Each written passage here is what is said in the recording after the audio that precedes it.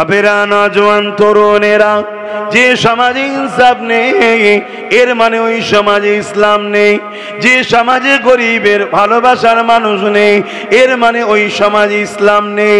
যে সমাজে গরিবের অধিকার নাই এর মানে ওই সমাজে ইসলাম নাই। যে সমাজে ক্ষুধার্ত মানুষ খানা পায় না ওই সমাজে ইসলাম নাই। যে সমাজে নারীদের অধিকার নাই ওই সমাজে ইসলাম নাই।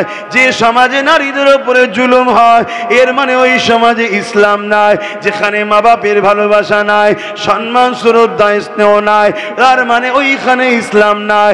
যেখানে বড়দেরকে সম্মান ছোটদের স্নেহ নাই এর মানে ওখানে ইসলাম নাই। ইসলাম শুধু নামাজ দাড়ি টুপির মধ্যে সীমাবদ্ধ নয়। মনে রাখবেন, নামাজ তো আবু বকর সিদ্দিকও পড়েছিল, আব্দুল্লাহ ইবনে উবায় পড়েছিল। এ যুবকেরা, তরুণীরা, বাপেরা, আবু বকর সিদ্দিক নামাজ পড়ে জান্নাতি হয়েছে, আব্দুল্লাহ ইবনে উবাই নামাজ পড়ার পরও জাহান্নামী হয়েছে। কারণটা কি রয়েছে? এ নওজোয়ানেরা তাই বলে দিয়ে যায়, ইমানদার মুমিন মুসলমান হয়। ইমানদার মুমিন মুসলমান কাকে বলে? যে কিনা দুনিয়ার কাউকে মডেল বানায় না, দুনিয়ার কাউকে ফলো করে না। তার মডেল হলো একজন, লাকাদ কানা লাকুম ফি রাসূলিল্লাহি উসওয়াতুন হাসানা। ওই উত্তম সুন্দর মডেল মুহাম্মাদুর রাসূলুল্লাহ। আল্লাহ নবী কতটা কষ্ট করেছে ইসলামের জন্য। ইসলামকে মিটিয়ে দিবার আজ বড় ষড়যন্ত্র চলছে। তোমার আমার ইমানি দায়িত্ব হলো ইসলামের জন্য তোমাকে আমাকে সংগঠিত হতে হবে। সংগঠিত হয়ে ন্যায় সত্যের পক্ষে উলামায়ে হাক্কানীদের কাতারে তোমাকে আমাকে দাঁড়াতে হবে। এ নওজোয়ানেরা, আল্লাহ নবী কত কষ্ট করেছিলেন তোমার আমার জন্য। আমার নবী পাকের জীবনে এমনও দিন গেছে, নবী আমার হক কথা বলার জন্যে আবু জেহেল, উতবা, সাইবারা আমার নবী পাকের পিঠে পচা দুম্বার ভুঁড়ি চাপিয়ে দিয়েছে। আল্লাহ নবী সিজদা দিতে বড় কষ্ট হয়েছে। এই অবস্থায় নবী আমার সুবহান রাব্বিল আলা তাসবিহ পড়তে লেগেছে। আবার নবী পাক সাল্লাল্লাহু আলাইহি ওয়াসাল্লাম আর কলিজার টুকরি খাতুনে জান্নাত আমার নবী পাকের পিঠ থেকে ওই পচা দুম্বার ভুঁড়িকে নামিয়ে দিয়েছে। আমার নবী পাক তারপরে মাথাটা তুলতে পেরেছে। এমনও দিন গেছে আল্লাহ নবীকে কুয়া খুঁড়েছে ফেলে মেরে দেবে বলে। এমনও দিন গেছে আল্লাহ নবী পাহাড়ে গিয়ে গাছের পাতা ফলমূল খেয়ে রয়েছে। রাত্রিরে গোপনে গোপনে না ইনসাফ ইসলামের বাণী মানুষকে শুনিয়েছে। এমনও দিন গেছে আল্লাহ নবীকে শহীদ করে দিবার জন্য তারা মিটিং ডেকেছে। আমার নবী পাকের হুজরা মোবারককে ঘিরে ফেলেছে। আল্লাহ নবী আল্লাহ পাকের হুকুমেতে ইয়াসরিব মক্কা থেকে ইয়াসরিব মদিনাতে চলে গেছে। এ যুবকেরা, তরুণীরা, বাপেরা, আজকে সেই ইসলামের জন্য তুমি আমি কি করলাম? সেই ইসলামের জন্য তুমি আমি কখন এক হলাম? সেই ইসলামের জন্য তুমি আমি কখন ভাবলাম? দুনিয়ার জমিনে তুমি আমি ইসলামের দুশ্মনদের জন্য নিজের কলেমা পড়া ভাইকে মারছি। ইসলামের দুশ্মনের জন্য তুমি আমি ক্ষমতা দখল তাদের হাতে তুলে দিবার জন্য তুমি আমি বোম বন্দুক বার করে ফেলছি। তারাই আমাদেরকে আবার জঙ্গি আতঙ্কবাদী বলতে লেগেছে। কিন্তু আমার রাসূলুল্লাহর জন্য তুমি আমি কখন এক হব, কখন আমরা সংগঠিত হব? তাই আমি দাওয়াত দিয়ে যাই, আমি আহ্বান করে যাই, আসো আমরা সংগঠিত হই। কারোর উপরে জুলুম নয়, এই জমিনের উপরে আল্লাহ দ্বীনের ঝান্ডাকে মজবুত করে উড়াবার জন্যে এখন কারা কারা রাজি আছেন হাত তুলে দেখান। মারহাবা, নারে তাকবীর, নারে দিবেন। কেউ নেই বা ভালো বা চান বুঝার চেষ্টা করুন। ইমানের পাওয়ার বাড়ান। আর ইমান সিনার পাওয়ার বাড়ে দুটো কাজে। কটা কাজে? দুটো কাজে। প্রথম নম্বর কাজ হলো আল্লাহকে ভয় করা। যাদের সিনাতে আল্লাহ পাকের ডর আছে, ভয় আছে, দুনিয়ার সমস্ত জালিমরা তাদেরকে ভয় করবে। এটা এমন একটা সিস্টেম, কোন দেশে যদি পারমাণবিক শক্তি ক্ষমতা থাকে, অন্য দেশ যেমন তাকে ভয় করে। কেন ভয় করে? ওর কাছে পারমাণবিক শক্তি রয়েছে, তাই তো নাকি? আর যার সিনাতে আল্লাহর ভয় আছে, ওকে পারমাণবিক শক্তির রাষ্ট্রগুণ তাকে ভয় করবে। কেননা তারা জানে পারমাণবিক শক্তি কোনো শক্তি নয়, আল্লাহ পাকের ক্ষমতার কাছে। ঠিক তো নাকি? এর একটা ছোট্ট নমুনা বলি। ইসলামকে মিটাতে চেয়েছিল চিঙ্গিস খান, নাম শুনেছেন? চিঙ্গিস খান পৃথিবীর একটা আতঙ্কের নাম চিঙ্গিস খান। কয়েক লক্ষ উলামাকে হত্যা করেছে। তো একদিন বাগদাদের একটা বড় মাদ্রাসাতে হামলা করলো। মাদ্রাসার লাইব্রেরির যত কিতাব ছিল সব আগুন ধরিয়ে পুড়িয়ে দিল। কিন্তু ওই উলামাগুলোকে সব দাঁড় করিয়ে কাতার দিয়েছে। দিয়ে চিঙ্গিস খান উলামাদেরকে বলছে, তোমরা আমার বশত্ব স্বীকার করো। বশত্ব বোঝেন? আমার তাবেদারি করো, আমার হুকুমের গোলাম হও। আজকে যেমন আমাদের আলেম উলামাদের ঘরে আজকের কিছু জালিমরা গোলাম বানিয়েছে, বানায়নি? কথা বলেন? হ্যাঁ, বানাচ্ছে। প্রকাশ্য সমাজে স্কুল বন্ধ হচ্ছে, গ্রামে গঞ্জে পঞ্চায়েতে মদের দোকান খুলছে, ইমাম কিন্তু মসজিদে দাঁড়িয়ে বলতে পারছে না, এটা অসভ্যতা হচ্ছে। স্কুল বন্ধ হচ্ছে আর মদের দোকান খোলা হচ্ছে, এটা সমাজকে নোংরার দিকে নিয়ে যাচ্ছে। যারা সমাজকে নোংরার দিকে নিয়ে যায় এদেরকে বয়কট করুন, এটা আলেম উলামারা বলতে পারছে? কথা বলেন কেন? বশত্ব শিকার হয়ে যাচ্ছে। সে ভয়ে পড়ে হোক আর সিনার কমজোরিতে হোক, শিকার কিন্তু বশত্ব করছে। তা চিঙ্গিস খান বাগদাদের উলামাদের ঘরে বলছে, তোমরা আমার বশত্ব স্বীকার করো। আল্লাহর আলেম বান্দা, প্রকৃত যারা আলেম হয়, আল্লাহর কোরআন বলছে আমাকে প্রকৃত ভয় করে আমার উলামা বান্দারা। জোরে বলুন সুবহানাল্লাহ।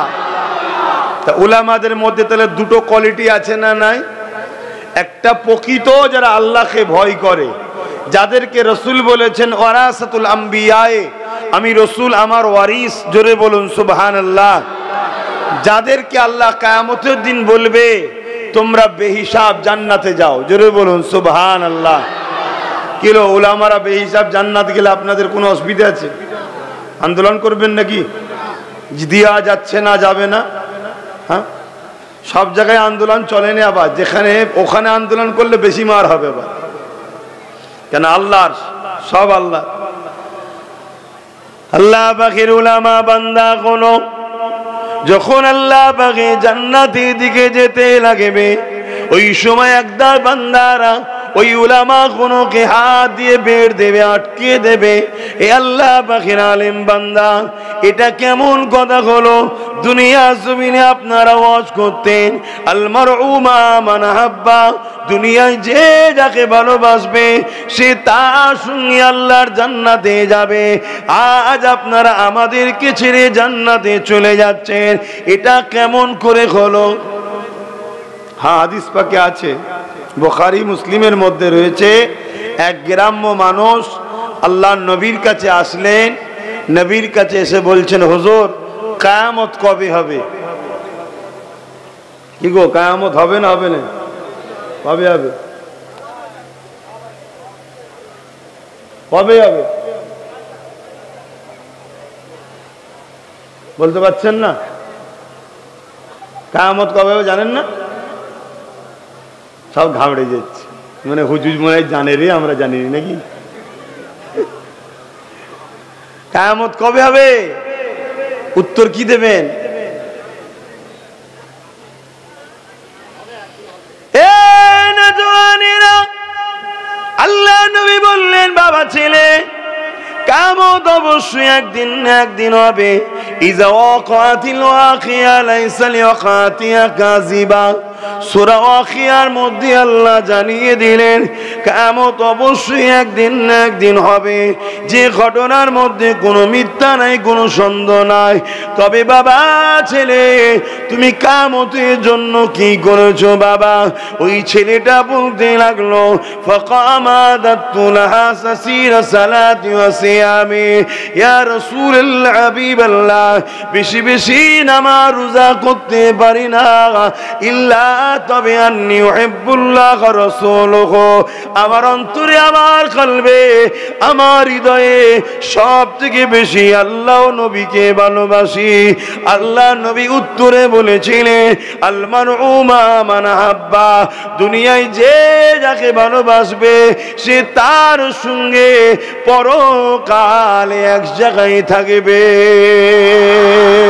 দুনিয়ায় যদি আপনি আল্লাহ ওয়ালাদেরকে পেয়ার করে, দুনিয়ায় যদি আপনি আলেমে হাক্কানীদের পেয়ার করে, দুনিয়ায় যদি উলামায়ে হকদের পেয়ার করে, উলামায়ে হক কারা?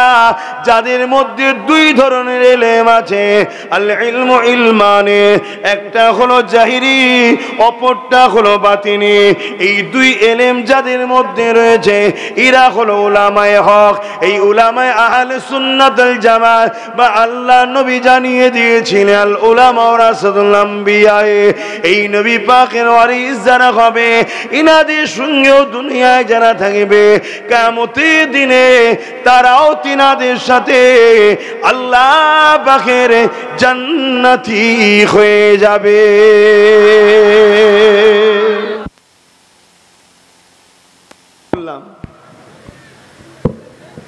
এই যে ওয়াজটা করলাম আপনারা শুনলেন তো নাকি? এখন আমি উলামায়ে হক হতে পারলাম কি আল্লাহর কাছে আমি জানি না, চেষ্টা করছি। যদি কিয়ামতের দিন আল্লাহ আমাকে কবুল করে, আপনাদের আপত্তি হবে না তো? হিংসা হবে না তো? যে আমরা তো সবাই চেয়েছিলাম আব্বাস সিদ্দিকী জাহান্নামে যাক, এরকম চাইছেন নাকি? অনেকে চাই। যাক, আল্লাহ, আমি চাই তাদেরকেও আল্লাহ জান্নাতি করুক, বলুন আমিন। কেন জাহান্নাম বড় কঠিন। আল্লাহ যেন আমার নবীর কোনো উম্মত, ইমানদার কোনো উম্মতকে যেন জাহান্নাম না চাকায়, আল্লাহ যেন মাফ করে জান্নাতি করে, বলুন আমিন।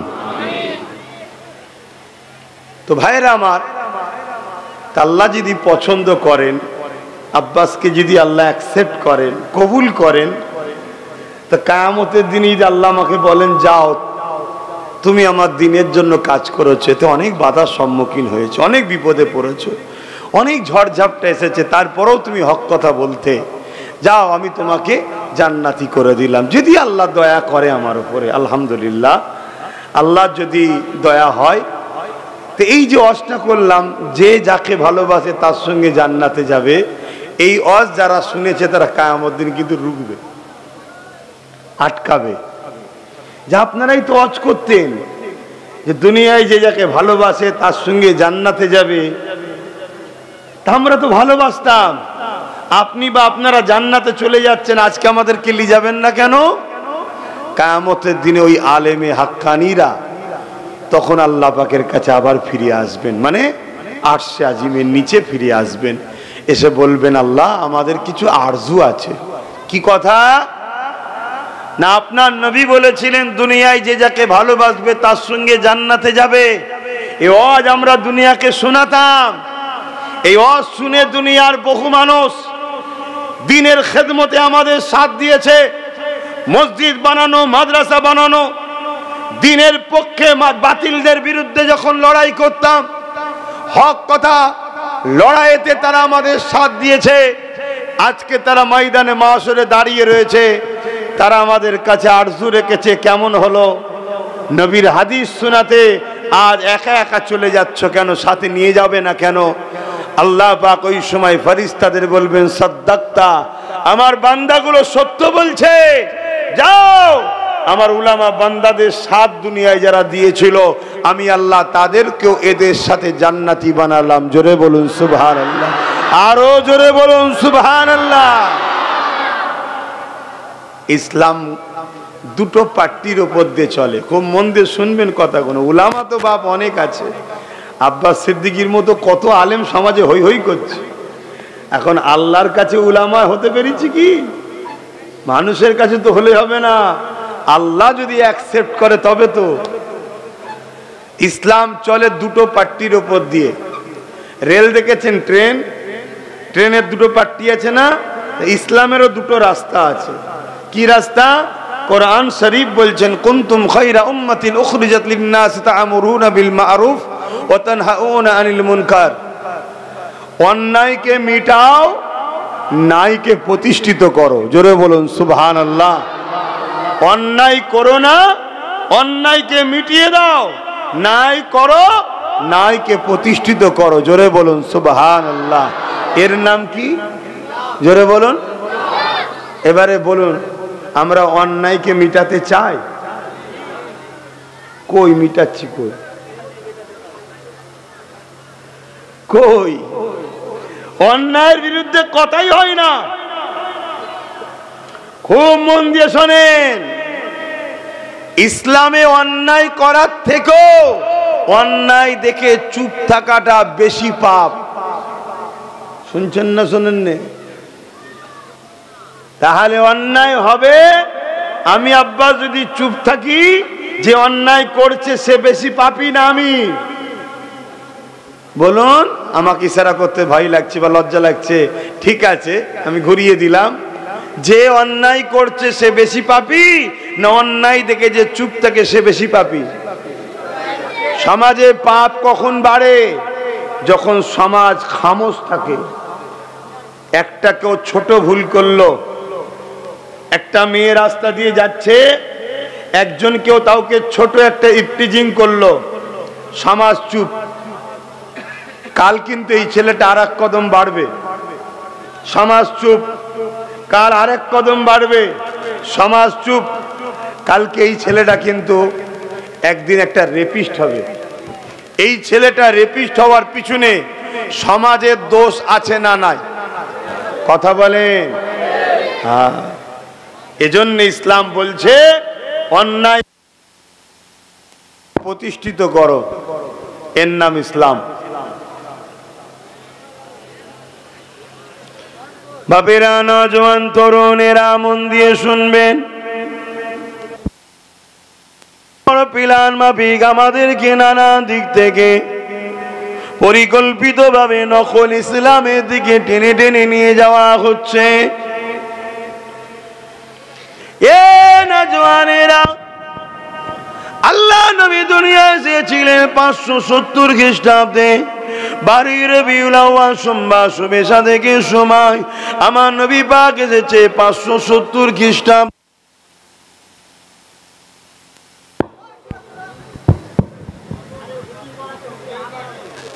কোথায় কিছু লুজ কানেকশন হচ্ছে, হয়তো সবাই মিলে বললে মাইকলা কি করবে, তো ঘাবড়ে যাবে।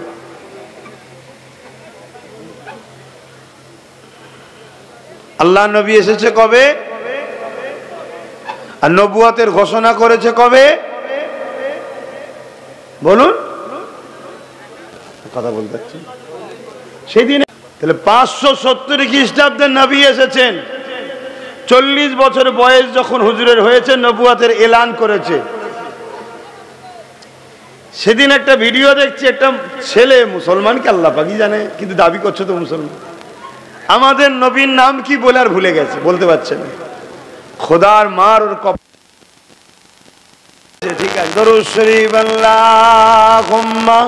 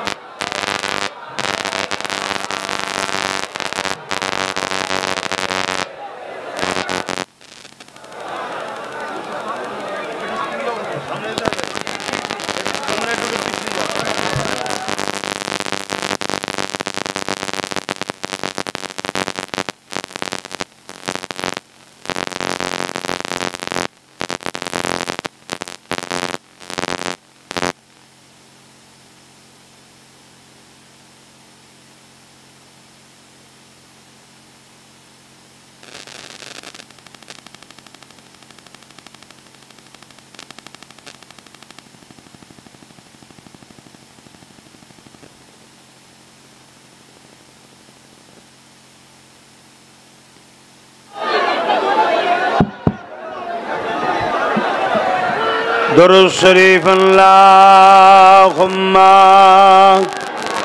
सल्ली अला।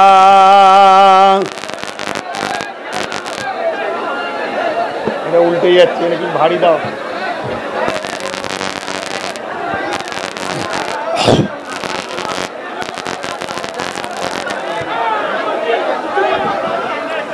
एक महन है उन पर कुर्बान ज़माना है,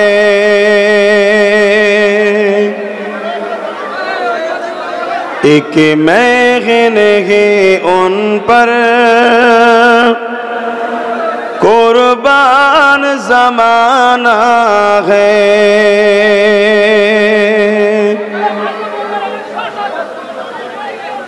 एक महन है उन पर कुर्बान ज़माना है, कि महन है उन पर कुर्बान ज़माना है। जो रब दो आलम का महबूब गाना है, एक महन की उन पर कुर्बान ज़माना है। अल्लाहुम्मा सल्ली अला।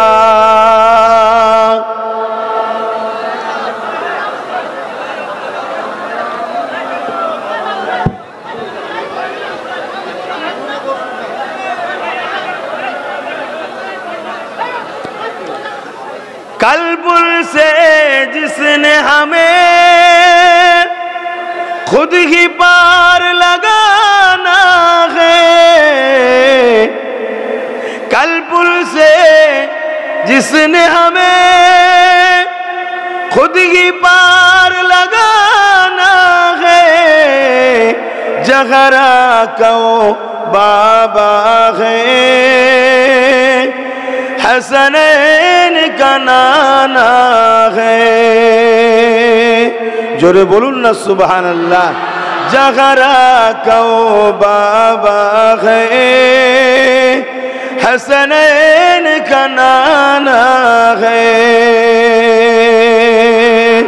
एक महन ही उन पर कुर्बान ज़माना है। अल्लाहुम्मा सल्ली अला।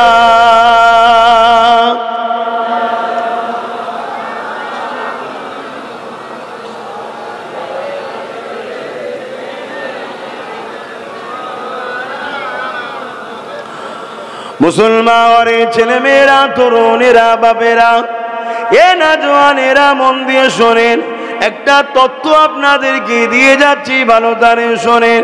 কেন আল্লাহ নবী জানিয়ে দিয়েছেন আমার উম্মত দাবিদারদের মধ্যে থেকে ৭৩ দলে বিভক্ত হয়ে যাবে, ৭২ দল জাহান্নামী হয়ে যাবে, একটি দল জান্নাতি হবে। এর মানে হলো ৭২টা নকল মুসলমানের দল হবে, একটি দল হলো হাক্কানি অরিজিনাল মুসলমানের দল হবে।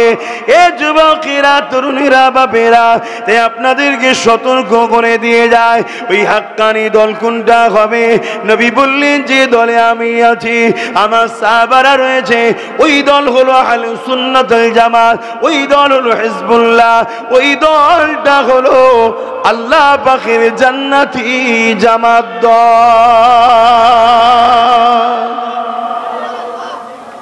এই তথ্যটাকে মনে রাখবেন।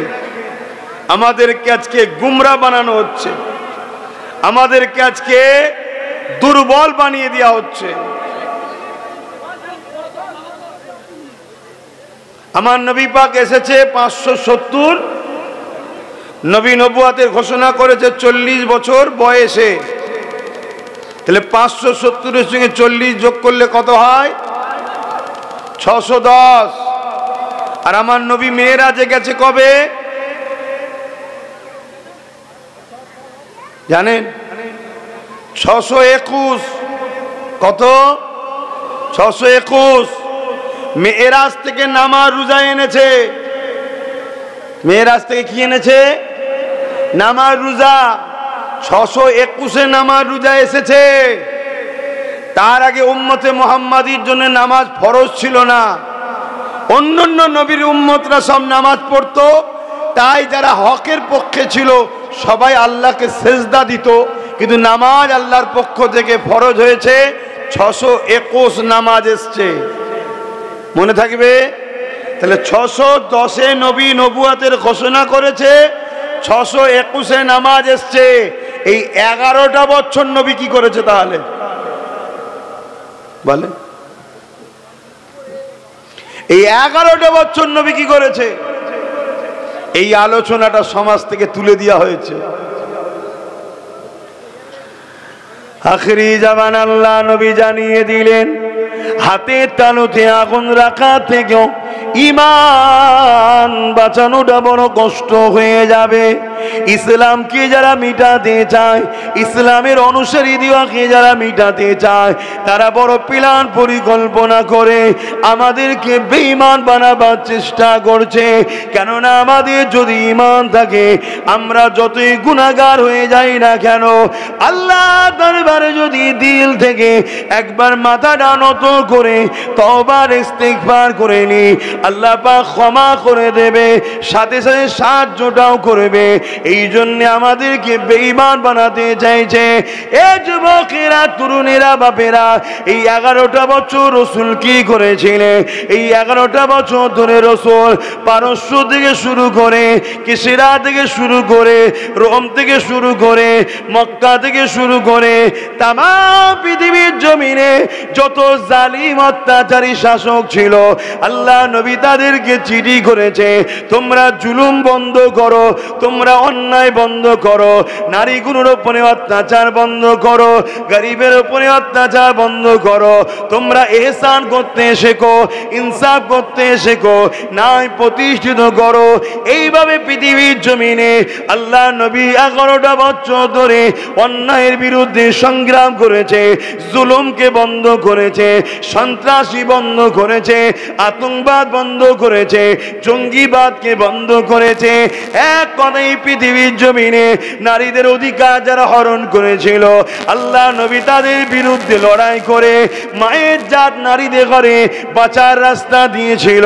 এই জমিনের উপরে যারা গরিবদের ঘরে কৃতদাস দাসী বানিয়ে দিয়েছিল, আমার নবী পাক লড়াই করে ওই গরিবদের ঘরে ওই জালিমদের হাত থেকে দাসত্ব শিকল ভেঙে দিয়ে আজাদ করিয়ে দিয়েছিল। এক কথায় পৃথিবীর জমিনে অন্যায়কে খতম করে, জুলুমকে খতম করে, বেইনসাফিকে খতম করে, অন্যায়কে খতম করে, সন্ত্রাসীকে খতম করে, জঙ্গিবাদকে মিটিয়ে দিয়ে এই 11 বছর ধরে নবী আমার পৃথিবীর জমিনে ন্যায় প্রতিষ্ঠিত করেছে, ইনসাফ প্রতিষ্ঠিত করেছে, ইনসানিয়াত প্রতিষ্ঠিত করেছে, গরিবের অধিকার দিয়েছে, দিনের সাথ দুর্গস্ত জিনিসকে বন্ধ করেছে। এই জমিনের ওপরে আল্লাহ নবী সাম্য শান্তি প্রতিষ্ঠিত করেছিলেন। আরো জোরে বলুন সুবহান। তাহলে নবী পাকের এই 11টা বছরের কাজগুলো করবে কারা? সমাজে হচ্ছেই কাজ, কথা বলেন। কিন্তু আমরা দেখতে পাচ্ছি সমাজে আজকে যারা অত্যাচারী, তাদের দালালি করছে আলেম ওলামা, মোল্লা মৌলী সাহেব, পীর সাহেবরা, তাদের দালালি করছে। তারা বড় বড় সব হজরত হয়ে বসে আছে, দালালি করছে কার? যারা সমাজকে মাতাল বানাতে চাই তাদের। দালালি করছে কাদের? যারা মাদ্রাসাগুলোকে ধ্বংস করে দিচ্ছে তাদের। দালালি করছে কাদের? যারা গরিব এতিম অসহায়দের ঘরে জুলুম করে তাদের হককে মেরে খায়, তাদের দালালি করছে। তাহলে অরিজিনাল ইসলাম দিচ্ছে না ডুপ্লিকেট ইসলাম? আমার ওয়াজ বুঝতে পারছেন তো নাকি? নিতে পারবেন, কাবিয়াবি হবে, না নিতে পারলে কিছু করার। আমি আমার ডিউটিটা পালন করছি। এই ডিউটি পালন করতে গিয়ে যদি অত্যাচারের শিকার হয়ে মারা যায়, আমার ঈমান বলছে কিয়ামতের দিন আমি ইমাম হোসাইনের কদমে গিয়ে উঠবো ইনশাআল্লাহ। কারণ আমার ইমাম পাক তো এটাই করেছিলেন, জালিম এজিদের বিরুদ্ধেই তো লড়াই করেছিলেন। কারণ এজিদ সারাবি ছিল, জুলুমকারী ছিল, অত্যাচারী শাসক ছিল, গরিবের উপরে অধিক অত্যাচার করত, মানুষকে মিথ্যা মিথ্যা মামলাতে জেলে ভরে দিত। এজিদের ছিল চরিত্র এটা। আজকের দিনেও যারা মুসলিম সম্প্রদায়ের যুব সমাজকে বেকার বানাচ্ছে, যাতে করে মুসলিম যুব সমাজের হাতে অস্ত্র তুলে দিয়ে আগামী দিন এতে করে সমাজ বিরোধী বানানো যায়, আর এই সমাজ বিরোধী হলে আগামী দিন আবার জঙ্গি বলে গুলি করে মেরে দেবো আমরা, এই প্রশিক্ষণের দিকে যারা নিয়ে যেতে চাইছে, এদের বিরুদ্ধে লড়াই করা এটাই হলো ইসলামের মূল কাজ। সেই কাজ আজ বন্ধ হয়ে গেছে। বলুন বলুন, বন্ধ হয়েছে না? অস্ত্র অনেক শোনেন, আমার কথা কি ভুল হচ্ছে মনে হয়? আমার কথা ভুল হচ্ছে? আমি যে কথা বলছি কথা বলে বলে না, ফজিলতের কথা বলে। ফজিলতের কথা শুনে আমি কি করবো? আমার যদি ঈমান থাকে তবেই তো আমি ফজিলত নিয়ে রাখতে পারবো। ঈমান হলো পাত্র, ফজিলত করলে তাতে পাত্রের সামান আমল রাখবে। ঈমানই যদি না থাকে, বাপেরা, নওজোয়ান তরুণেরা, যে সমাজে ইনসাফ নেই এর মানে ওই সমাজে ইসলাম নেই। যে সমাজে গরিবের ভালোবাসার মানুষ নেই এর মানে ওই সমাজে ইসলাম নেই। যে সমাজে গরিবের অধিকার নাই এর মানে ওই সমাজে ইসলাম নাই। যে সমাজে ক্ষুধার্ত মানুষ খানা পায় না ওই সমাজে ইসলাম নাই। যে সমাজে নারীদের অধিকার নাই ওই সমাজে ইসলাম নাই। যে সমাজে নারীদের উপরে জুলুম হয় এর মানে ওই সমাজে ইসলাম নাই।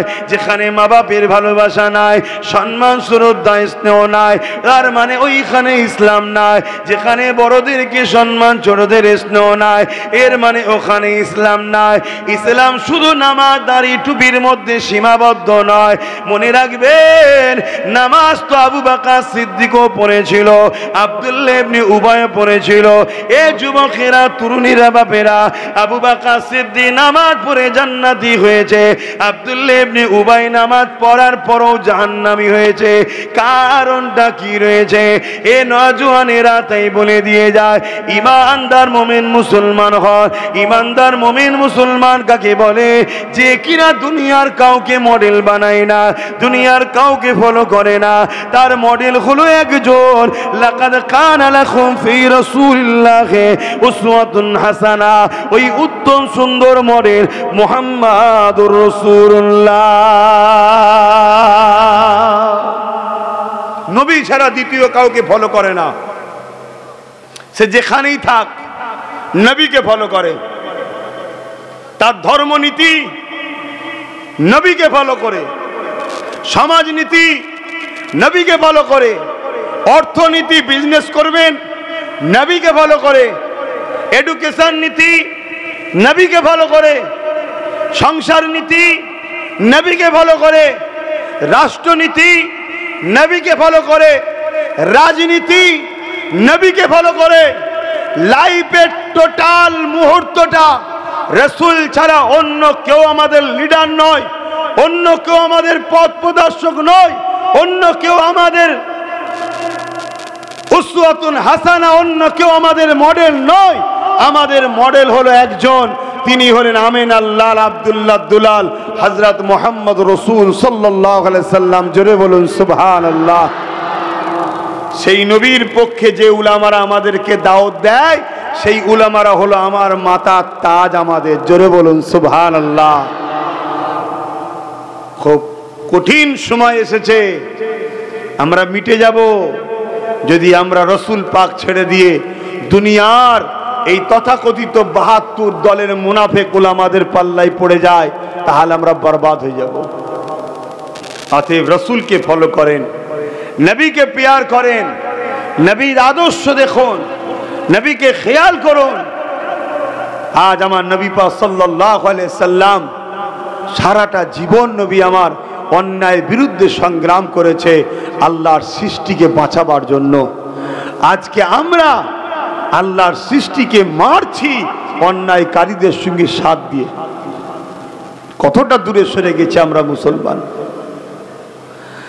আল্লাহ পাক কোরআনের মধ্যে জানিয়ে দিলেন, তোমরা যখন আমি আল্লাহ আমার থেকে আমার নবী থেকে দূরে সরে যাবে, আমি আল্লাহ তখন জালিম শাসককে বসিয়ে আমি আল্লাহ তার দ্বারা তোমাদেরকে শায়েস্তা করব। শুনছেন? হ্যাঁ, আমরা সরে গেছি বলেই দেখুন আমার দেশের মাথায় বসে গেছে জালিম। শায়েস্তা করছে না করেন? হ্যাঁ, অলরেডি উত্তরাখণ্ডে আমার ভারতবর্ষের একটা রাজ্য উত্তরাখণ্ড, জানেন? ওই উত্তরাখণ্ডে মুসলিম পার্সোনাল ল, যেটা আমাদের ধর্মীয় শরিয়া ইসলাম ছিল, ওটাকে ব্যান করে দিয়ে ওখানে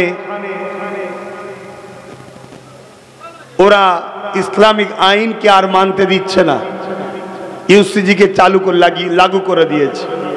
কথা বুঝে আসছে? তাহলে বলো এবার কি হবে? কবে জাগবে তোমরা? যেদিন ব্যান্ড হবে মসজিদে ঢুকা, মাদ্রাসা ঢুকা, ইসলাম অনুযায়ী চলা যেমন উত্তরাখণ্ডে চালু হয়ে গেছে, যেদিন তোমাদের এখানে চালু হবে তারপরে তোমরা জাগবে। আগে থেকে জাগো, আগে থেকে ঐক্য হও, আগে থেকে সংগঠিত হও, নিজের অধিকার বুঝে নিবার জন্য মুমিন মুমিনা এক জায়গায় হয়ে ইমানদার লিডার তৈরি করো। ইমানদার।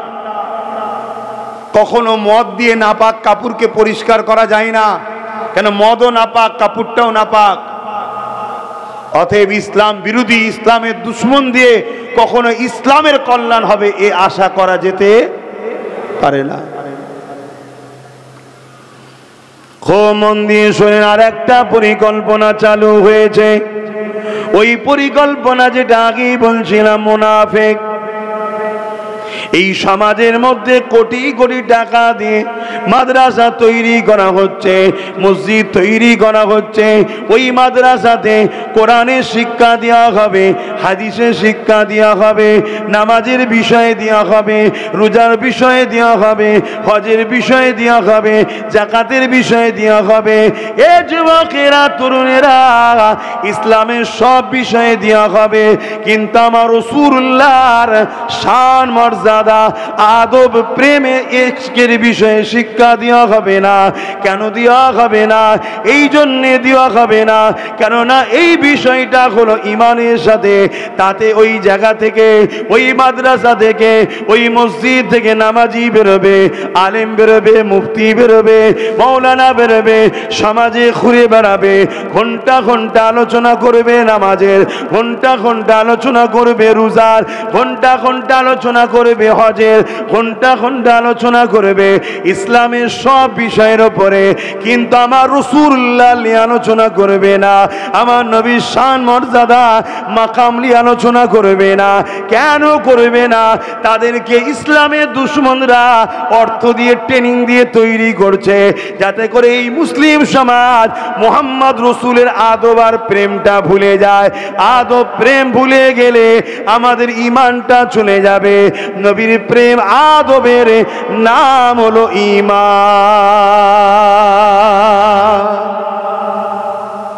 আমার রজ বুঝছেন তো নাকি? তাহলে কত দিক দিয়ে আমাদের উপরে হামলা হচ্ছে দেখছেন। অন্য হামলাকে রুকা যাবে, যত বড় পাওয়ারফুল হোক না কেন। যারা গায়ের জোর দেখাচ্ছে আজকে আমাদের সমাজে, দেখাচ্ছে না, দেখাইনি, তার মধ্যে পশ্চিম বাংলাতে ইদানিং একটু আবার বাড়াবাড়ি ধরেছে পূর্ব মেদিনীপুরের একজন, বুঝতে পারছেন না? কিছুদিন আগে উনি আবার আমাদেরই দরদি ছিল, সেকুলার ছিল, এখন হঠাৎ করে কমনাল ভূত চেপেছে ওনার ঘাড়ে। কি জিহাদি টিহাদি কি সব বলছে না, মাদ্রাসা তাদ্রাসা সব জঙ্গি তৈরি হয় কি সব বলছে তো নাকি? ওনার ঘাড়ে এখন কমনাল ভূত চেপেছে। এই রকম প্রকাশ্য দুশ্মন যতই থাকুক আমাদের কিছু করতে পারবে না। এনারা যে যত শক্তিশালী হোক, মিলিটারি থাকুক, ফোর্স থাকুক, খারাজ ক্ষমতা থাকুক, 313 জন যেমন ছিল, আমরাও যদি ইমানদার হতে পারি, এরা যতজনই থাকুক আমাদের কিছু করতে। এই জোরে বলুন, পারবে না। কিন্তু ইরাই অর্থ দিয়ে আর একদল মুনাফিক বাজারে ছেড়েছে। ওই মুনাফিক গুলোর কাজ কি বললাম? নামাজ দেবে, রোজা দেবে, দাড়ি দেবে, টুপি দেবে, হজ দেবে, যাকাত দেবে, সব দেবে, শুধু মোহাম্মদ রসুলকে বার করে নেবে। শুনছেন না শোনেননি? কেন? মোহাম্মদ রসুলের আদব ও প্রেমের নাম কি? জোরে বলে, ঈমান। ঈমান। আর যদিও নবীর নাম নেয়, নবী সাহেব নবী সাহেব করবে। কি বলবে? নবী সাহেব নবী সাহেব। আমার নবী সাহেব নয়, আমার নবী মুহাম্মদুর রাসূল সাল্লাল্লাহু আলাইহি ওয়াসাল্লাম। কথা মাথায় ঢুকছে? আর যদিও বা নাম নেয়, ঘুরিয়ে ফিরিয়ে দেখবেন আমার নবীকে আমাদের মতো মানুষ বানাতে চাইবে। মরে গেছে বলবে, শাফাআত করতে পারবে না বলবে, নবী নাকি আবা তাসা অক্ষর জ্ঞান জানতো না, নবী নাকি পড়তে পারতো না, নবী পাক সাল্লাল্লাহু আলাইহি ওয়াসাল্লাম নাকি শাফাআত করতে পারবে না। এই সব গুণ আস্তে আস্তে ঢুকাবে। এই শুনছেন? আমার অজমন হচ্ছে আপনারা বুঝতে পারছেন না। হ্যাঁ,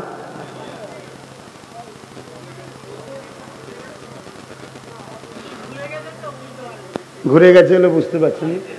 এতক্ষণ বুঝছিল না? এরা তোমাদের সঙ্গে দুশ্মনী করছে। এই দিয়াল তুলে দিয়েছে বিছখানে, এমনি আমাদের মধ্যে মিল নেই, আবার দিয়াল তুলে দিয়েছে।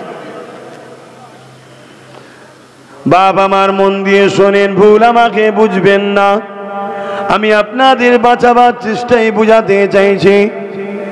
যদি কেউ আমাকে ভুল বোঝেন, আমার কিছু করার নেই।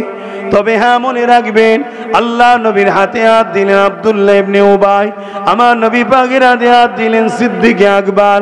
আবু বকর সিদ্দিক নবীকে ইক্তেদা করে নামাজ পড়লেন, আব্দুল্লাহ ইবনে উবাইও ইক্তেদা করে নামাজ পড়লেন। আমার নবী পাকের সঙ্গে আবু বকর সিদ্দিক জিহাদের ময়দানে গেলেন, আব্দুল্লাহ ইবনে উবাইও গেলেন। আমার রাসূলুল্লাহর সঙ্গে আব্দুল্লাহ ইবনে উবাই হজ করতে গেলেন, আবু বকর সিদ্দিকও হজ করতে গেলেন। আবু বকর সিদ্দিকের মুখে দাড়ি, মাথায় টুপি পরা নাই, পাগড়ি জুব্বা রয়েছে, আব্দুল্লাহ ইবনে উবাইর রয়েছে। কিন্তু আমার নবী পাক আবু বকর সিদ্দিককে জান্নাতি ঘোষণা দিয়ে দিল, আর আব্দুল্লাহ ইবনে উবাই জাহান্নামী হয়ে গেল। এ যুবকেরা কারণটা কি শোনেন? হযরত আবু বকর সিদ্দিককে জিজ্ঞাসা করা হয়েছে, এ আবু বকর সিদ্দিক, আপনি যা করেছেন আব্দুল্লাহ ইবনে উবাইও তাই করেছে, কিন্তু আপনি জান্নাতি হয়ে গেলেন, ও জাহান্নামী হয়ে গেল, কারণ কি? আবু বকর সিদ্দিক বলতে লেগেছে, এ দুনিয়ার মানুষেরা আব্দুল্লাহ ইবনে উবাই যা রয়েছে, আমি আবু বকরেরও তাই রয়েছে, কিন্তু আমার যা আছে ওর তা নাই। কি ওর রয়েছে আপনার নেই, আর রয়েছে আর আপনার আছে ওর নাই।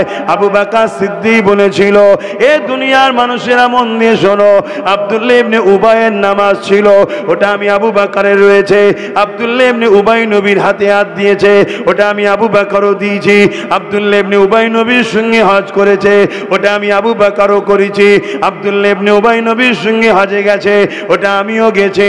আব্দুল্লাহ ইবনে উবাই জিহাদে গেছে নবীর সাথে, ওটা আমি আবু বকরও সেখানে ছিলাম। আব্দুল্লাহ ইবনে উবাইয়ের দাড়ি টুপি পাগড়ি রয়েছে, ওটা আমি আবু বকর আমারও রয়েছে। আব্দুল্লাহ ইবনে উবাই আমার নবীর কাছে বসে কোরআন শিখতো, আমি আবু বকর সিদ্দিকও বসে শিখতাম। এই দিক দিয়ে ওর যা আছে আমারও তাই রয়েছে, কিন্তু আব্দুল্লাহ ইবনে উবাইয়ের একটা জিনিস নাই যেটা আমার রয়েছে। কি আপনার আছে ওর নাই? আবু বকর সিদ্দিক বলল, আমার হৃদয়ে আল্লাহ নবীর প্রেম আর আদব রয়েছে, যেটা আব্দুল্লাহ ইবনে উবাইয়ের নাই। তাই সব থাকার পরও জাহান্নামী হয়ে গেছে, আর আমি আবু বকর নবীর প্রেম ও আদব থাকার জন্য জান্নাতি হয়ে গেছি। আরো জোরে বলুন সুবহান। শুনছেন তো সবাই? তাহলে ইসলামের দুশ্মনরা জানে যে আমাদের হাতে যাই থাকুক, এদেরকে মিটাতে গেলে বেঈমান বানাতে হবে। শুধু গুনাহগার বানালেও হবে না। কেন? গুনাহগার 1 বছর ধরে বানাই আমরা, আর মোল্লা মলি সাহেবরা এসে দুয়ার আগে তওবা করায়, করায় না? করায় না? আল্লাহ এত দয়ালু, তওবাকারীকে নবজাতক শিশুর মতো বেগুনা বানিয়ে দেয়। জোরে বলুন সুবহানাল্লাহ। তাহলে এদেরকে শুধু গুনাহগার বানালে হবে না। গান, যাত্রা, ফাংশন, মদ, ঘুষ খাইয়ে শুধু গুনাহগার বানাবার পরও আল্লাহর ওলিদের সোহবতে যাওয়ার পর, আলেমে হাক্কানীদের সোহবতে যাওয়ার পর এই পাপী বান্দাগুলোই তওবা করে আল্লাহর দরবারে প্রিয় তওবাকারী বলে ঘোষিত হয়ে যাচ্ছে। জোরে বলুন সুবহানাল্লাহ। আমরা ইতিহাসে দেখেছি জগৎ বিখ্যাত আল্লাহর ওলি হয়েছে বিশার হাফি, কিন্তু তিনার একটা সময় ছিল প্রতিদিন বন্ধুদের সঙ্গে বারে গিয়ে মদ খেয়ে আড্ডা দিত। কিন্তু একদিন আল্লাহর রহমতে ওই বিশার হাফি হুজুরকে আল্লাহ কোন খারাপের জায়গা থেকে তুলে নিয়ে জগৎ বিখ্যাত ওলি বানিয়ে দিয়েছে। জোরে বলুন সুবহানাল্লাহ। আজ আমাদের যুব সমাজকে, হ্যাঁ আমরা অন্যায় করছি, ভুল করছি, ফিরে আসতে হবে, তওবা করতে হবে, ক্ষমা চাইতে হবে, পরিস্থিতিকে খেয়াল করে আমাদেরকে পরিবর্তন হতে হবে।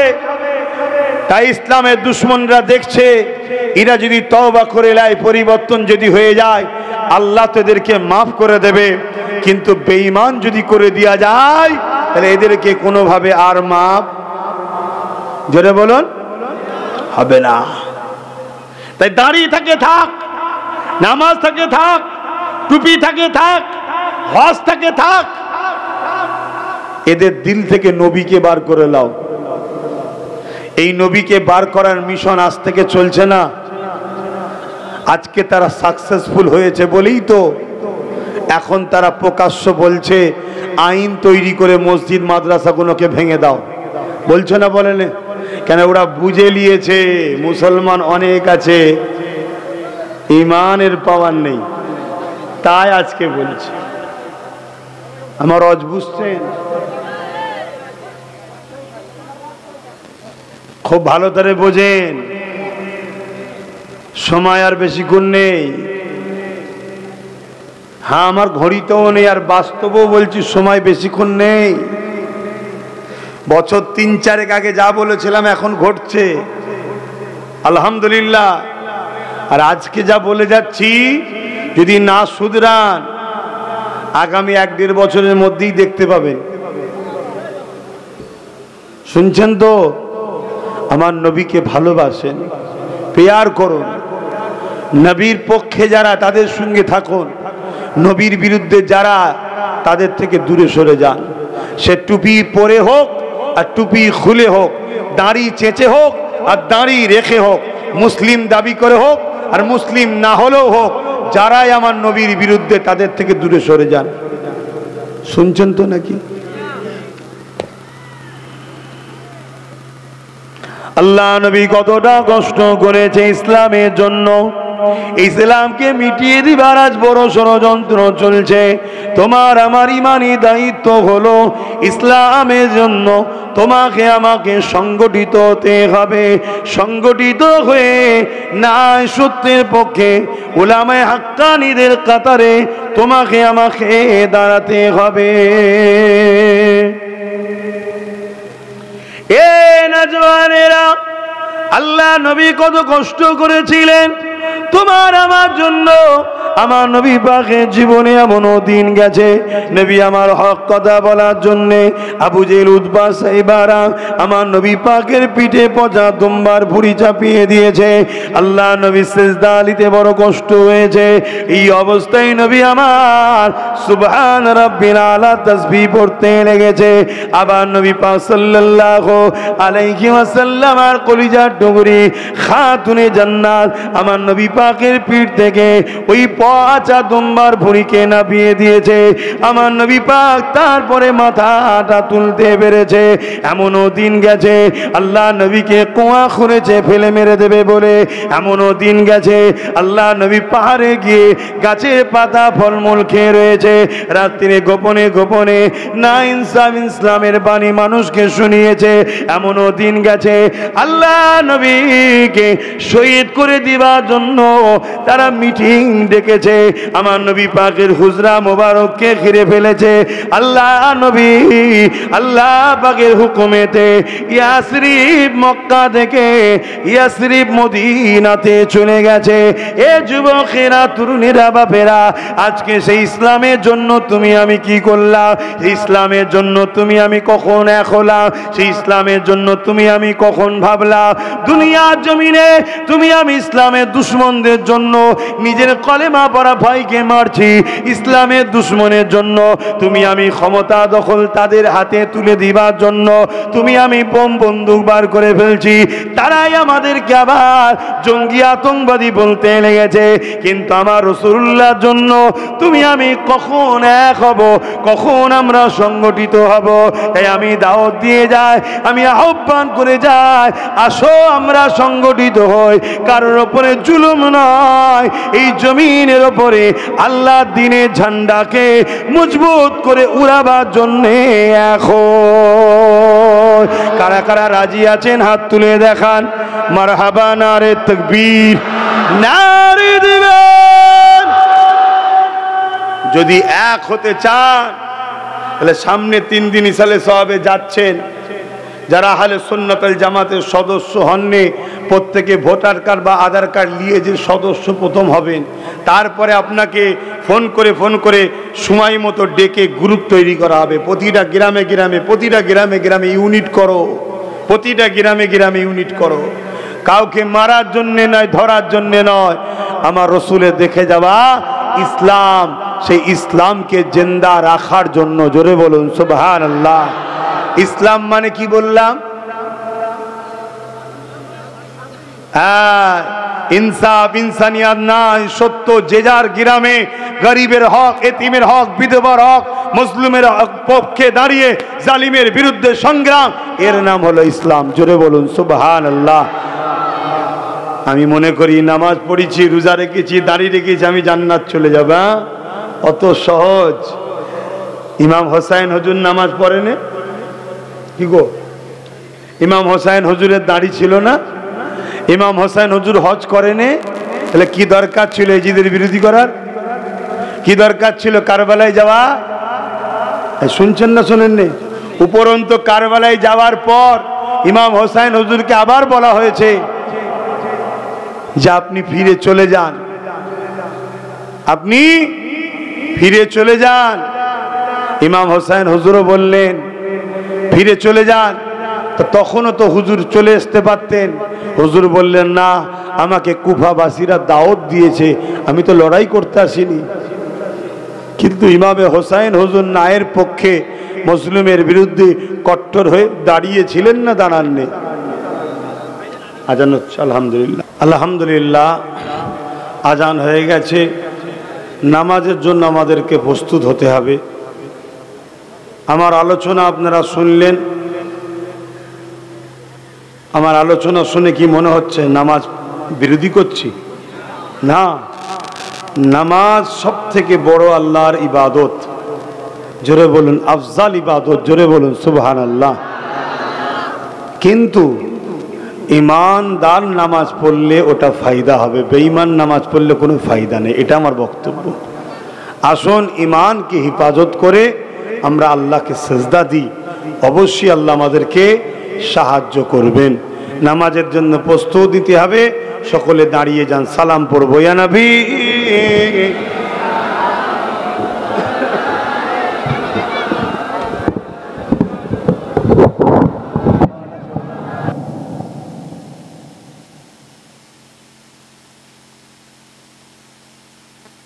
চলে না কেন? কেন উপর দিকে উঠে এলেছে? যেখানে ছিল ঠিকই ছিল তো।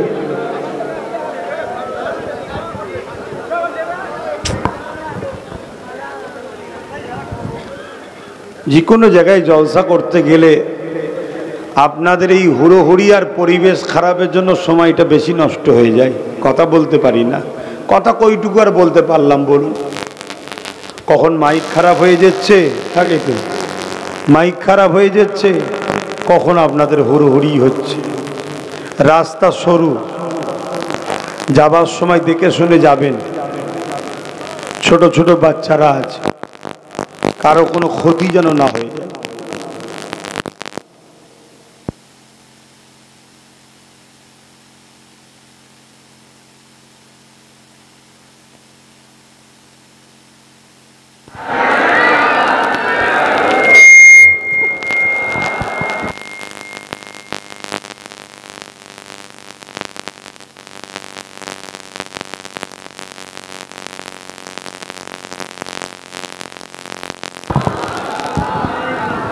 طلع البدر علينا من ثنيات الوداع وجب الشكر علينا ما دعا لله أهداي يا نبي سلام يا رسول يا حبيب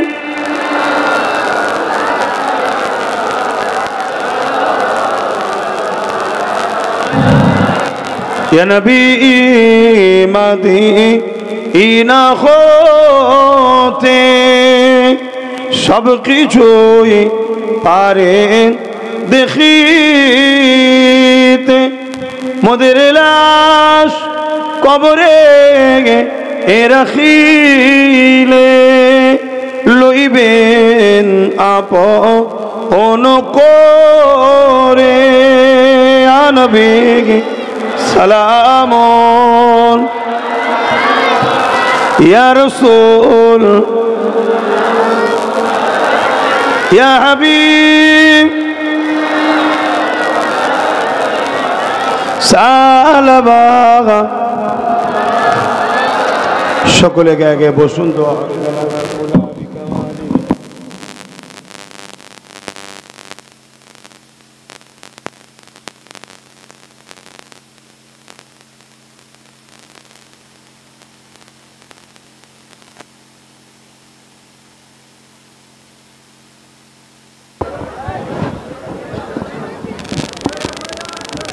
আসেন সকলে বিসমিল্লাহ শরীফের সঙ্গে দরুদ শরীফ সূরা ফাতিহা ইখলাস শরীফ পড়ুন, কেন আমাদেরকে তৈরি হতে হবে নামাজের জন্য। তার আগে একটু ছোট্ট কথা, মুজাদ্দিদ জামান আমিরুশ শরিয়াত শাইখুল বাঙ্গাল আল্লামা সৈয়দনা আবু বকর সিদ্দিক ফুরফুরাবি আল কুরাইশি দাদা হুজুর রহমাতুল্লাহ আলাইহি, যিনি খানদানে রসুল আওলাদে সিদ্দিক আকবর, তিনি পূর্ব ভারতের মানুষকে দিন ইসলাম দিয়েছে। জোরে বলুন সুবহানাল্লাহ। আপনারা বা আপনাদের বাপ দাদুরা মুসলমান হয়েছে, দিন ইসলাম পেয়েছে মুজাদ্দিদুজ্জামান দাদা হুজুরের ওসিলায়। জোরে বলুন সুবহানাল্লাহ। আজ সেই মুজাদ্দিদুজ্জামান দাদা হুজুর রহমাতুল্লাহ আলাইহির সিলসিলাকে টুকরো টুকরো করার জন্য নানা রকম ষড়যন্ত্র চলছে। কেন দাদা হুজুর রহমাতুল্লাহ আলাইহি হলেন আহলে সুন্নাত ওয়াল জামাতের ঊনবিংশ শতাব্দীর যুগ সংস্কারক, উলিল আমর, মুজাদ্দিদুজ্জামান হয়ে এসেছেন। জোরে বলুন সুবহানাল্লাহ। অর্থাৎ নবী ও সাহাবাদের দলের ঊনবিংশ শতাব্দীর পূর্ব ভারতের আল্লাহ ও রসুলের মনোনীত পছন্দনীয়, আল্লাহ তিনাকে ইমাম উলিল আমর বানিয়েছে। জোরে বলুন সুবহানাল্লাহ।